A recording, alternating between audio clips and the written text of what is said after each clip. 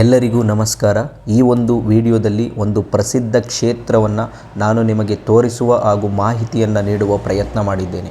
ಈ ಒಂದು ಪ್ರಸಿದ್ಧ ಕ್ಷೇತ್ರದ ಹೆಸರು ಶ್ರೀ ವಿಜಯದುರ್ಗ ಕ್ಷೇತ್ರ. ಹಾಸನ ಜಿಲ್ಲೆಯ ಆಲೂರು ತಾಲೂಕಿನಲ್ಲಿ ಕಂಡುಬರುವಂತಹ ಪ್ರಸಿದ್ಧವಾದ ಕ್ಷೇತ್ರ ಶ್ರೀ ವಿಜಯದುರ್ಗ ಕ್ಷೇತ್ರ.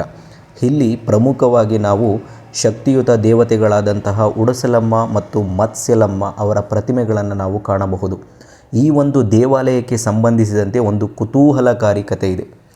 ದೇವಾಲಯದ ಒಂದು ಮುಖ್ಯ ವಿಗ್ರಹಗಳು ಸುಮಾರು 400 ವರ್ಷಗಳಷ್ಟು ಹಳೆಯದು ಆಗಿವೆ.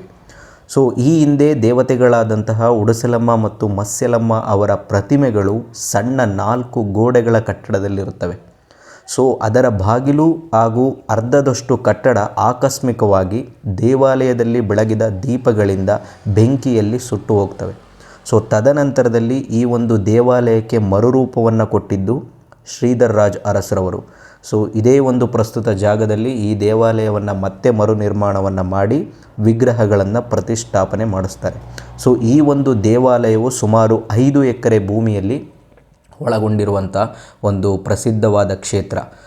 ಇವತ್ತಿಗೂ ಕೂಡ ಹಾಸನ ಜಿಲ್ಲೆಯಲ್ಲಿರುವಂತಹ ಎಷ್ಟೋ ಜನರಿಗೆ ಈ ಒಂದು ವಿಜಯದುರ್ಗ ದೇವಾಲಯ, ಈ ಒಂದು ವಿಜಯದುರ್ಗ ಕ್ಷೇತ್ರದ ಅರಿವು ಕೂಡ ಇಲ್ಲ.